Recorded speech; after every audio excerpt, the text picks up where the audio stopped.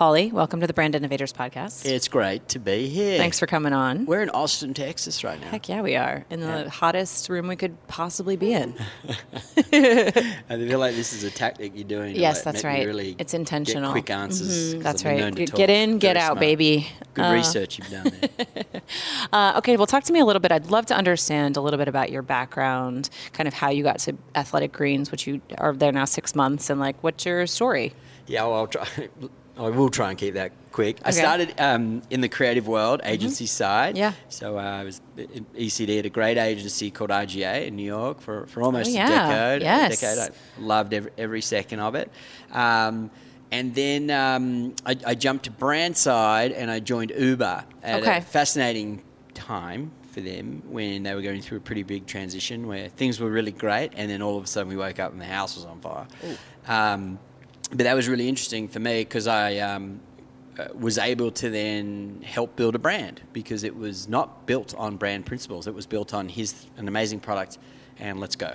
And so it was a fascinating time to show like, hey, if we build a brand here, we can do it the right way. I think we could become a really great company, an iconic brand. And you look at Uber today and they act grown up. They're the big guys in town and it's come a long way. So did that. Felt like we cleaned that up to be a really great business and brand and product, and IPO'd. And then, as chance, we were thinking of leaving the Bay anyway, and we loved Austin, and YETI called and said, would you come down?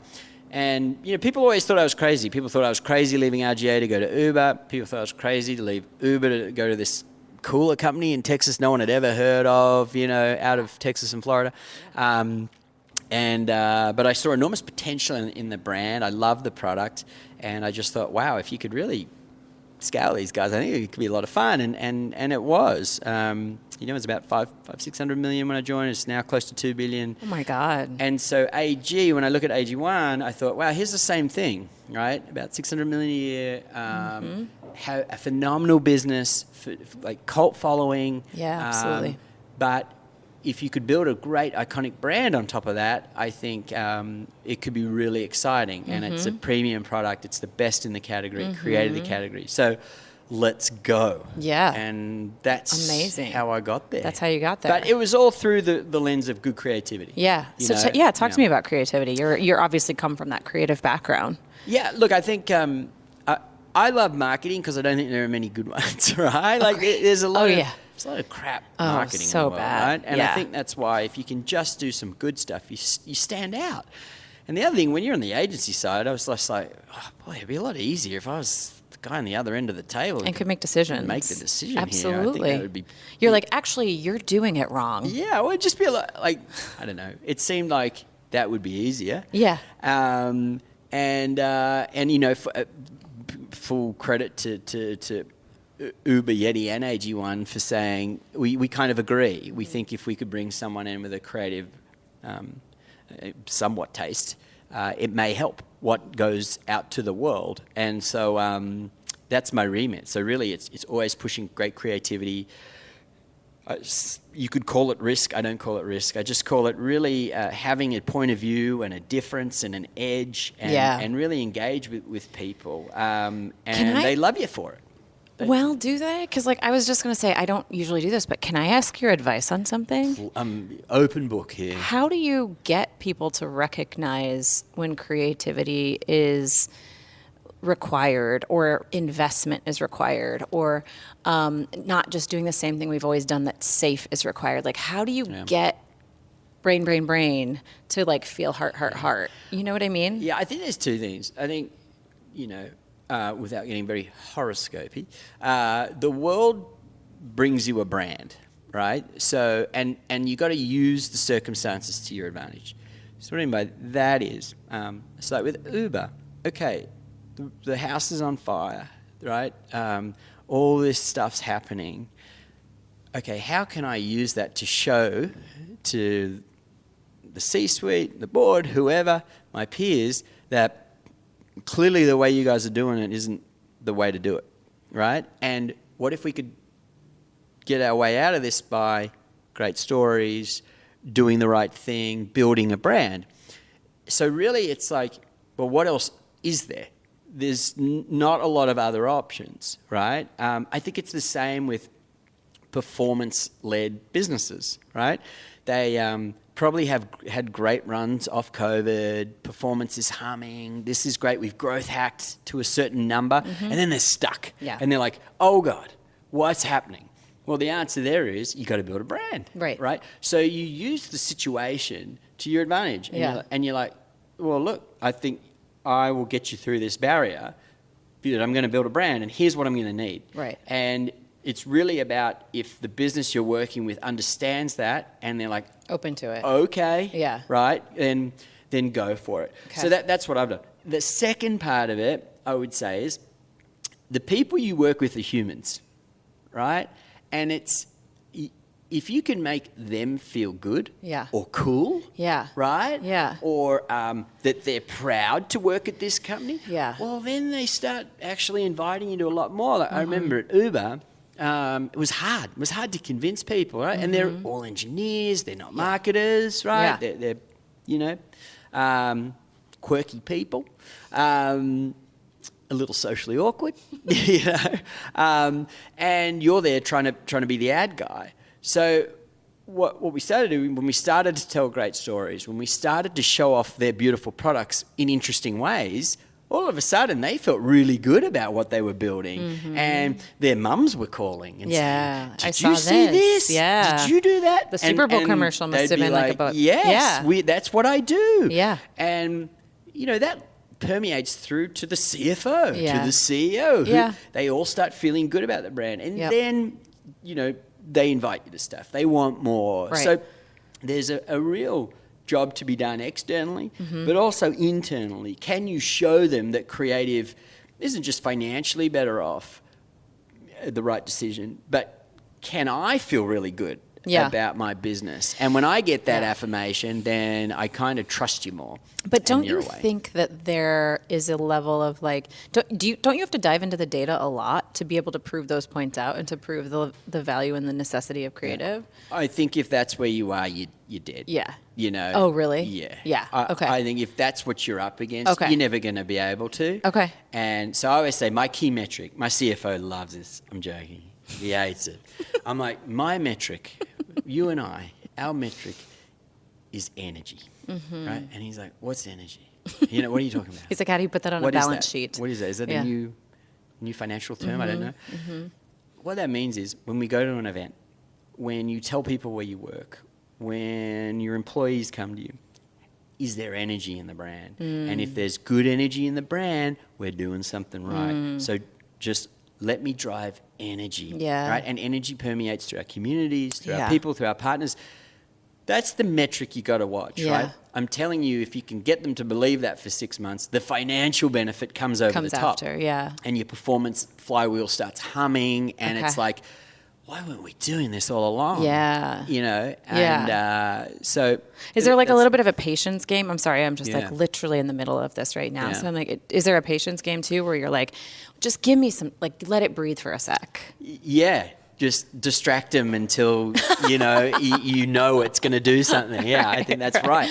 Yeah, I think the other thing is the business has to be aware and ready for it. Like, I joined AG1 and very honest conversations about this is what I'm going to do. This is how we're going to change this brand. Here's what we're going to get up to. And great leaders go, yes, that's what I'm in for. So they knew the deal and the business was ready for it. I think if you're in it and trying to change it and there's no appetite, you're just banging your head against the wall. Like, not worth it. Like, you go be great somewhere that wants you. That's right. You can't prove to somebody that branding matters if they don't inherently believe that branding matters. And that's why I think use the pressures of the market to show them, if you don't do this, you've ruined this company. Like Kodak, like, look, Kodak probably sat down at one moment and said, what do you think about this digital thing?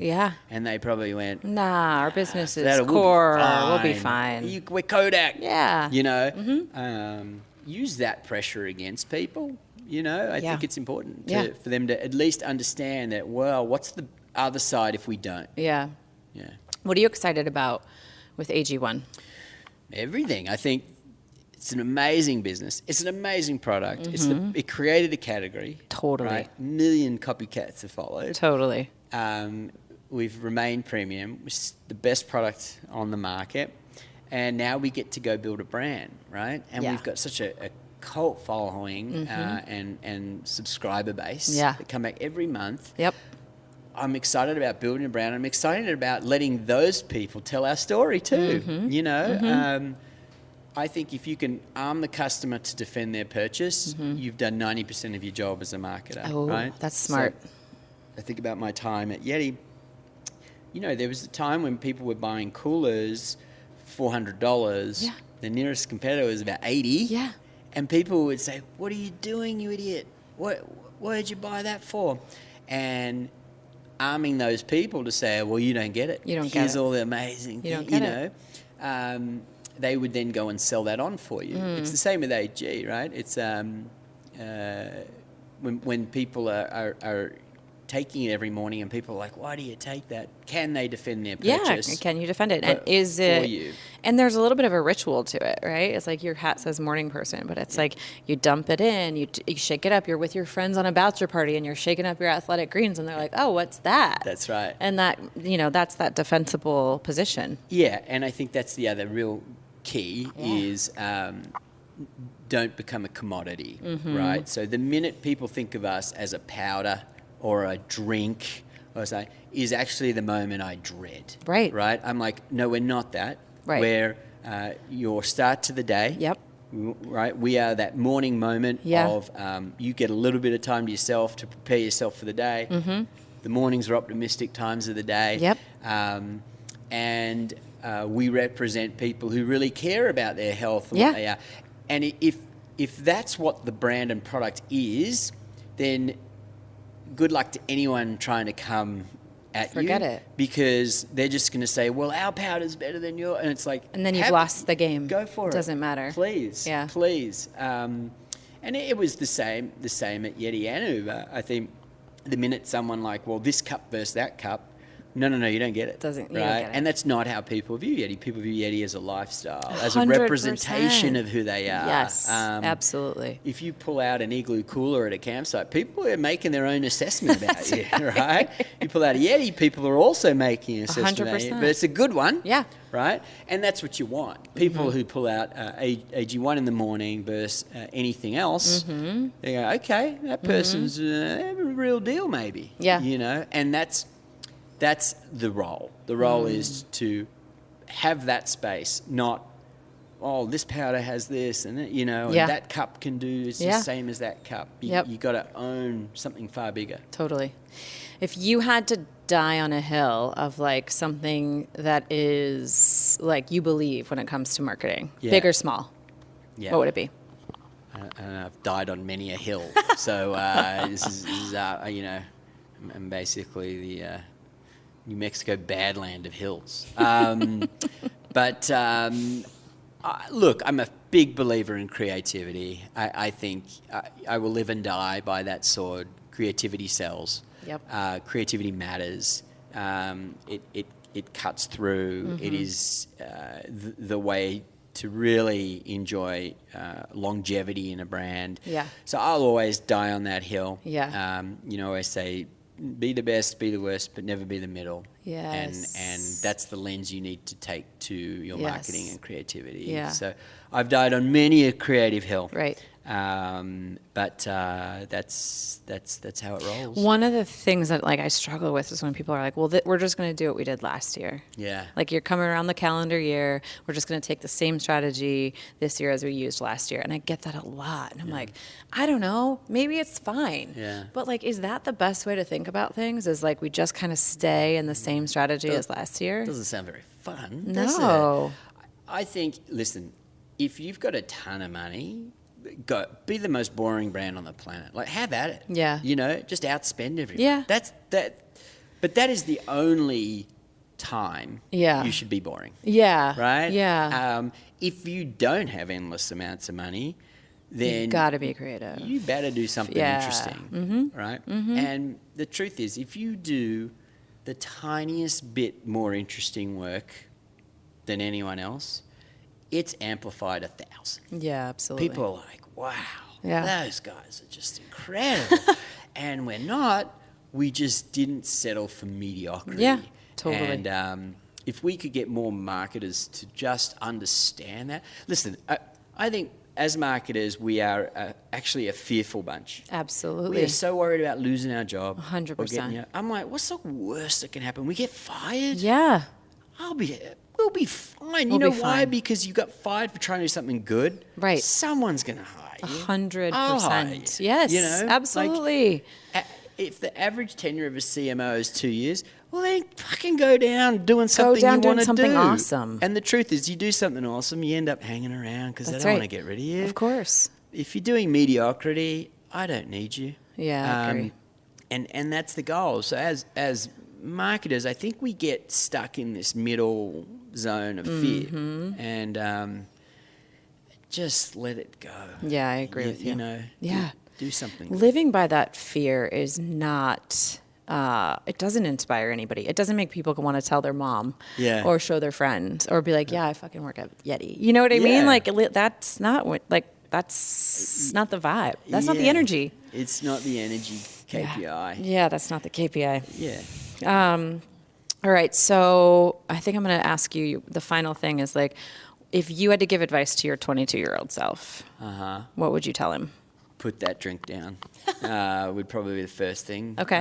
No. Does that, like, were you like a little bit of a wild child? No. Okay. Just, Focus in more. Just, you probably don't need the last drink of the night. You'll feel terrible tomorrow. Yeah. No, look, in saying that, I grew up in advertising in Australia, and it was a lot of fun. Yes. And I actually look back on very fondly. Like, it should be fun. Yeah. There was a bar on the top level. Yeah. And on Fridays, we all had a great time together. Yeah. And why not? Yeah. Totally. I think it's the right time to do it in your life. Absolutely. So, but I think my 22-year-old self, I think I would just be a little bit more open to other opportunities. I think what you're working on, you think so important. Like, if I don't do this, I'll die. I know. Things seem so big. Yeah, and it's okay to take even more risks. Yeah. I think as a 22-year-old, I think I was actually pretty serious as a 22-year-old. I feel like I've become a little bit more relaxed. I think that happens. You get older, you get lighter. Yeah, I think so. So that's why they say youth is wasted on the young. Yeah, it is. It's so true. But no regrets. Like at 22, I think actually having a good work ethic is awesome. It's held me in good stead. I always knew no matter what corner I was backed into, I could work my way out of it. Meaning, like, hey, there's 24 hours before a creative presentation, or there's 24 hours before we got to go to a CEO with the thing. I'm like, I knew I could get it done. I'd like put a pot of coffee on. We can get this done. Cool. And that's a good feeling. Yeah. Yeah. And I think that comes from a 22-year-old kid who really understood that work and hard paid off. Cool. Yeah. Paulie, thank you for joining me. My pleasure. I appreciate it.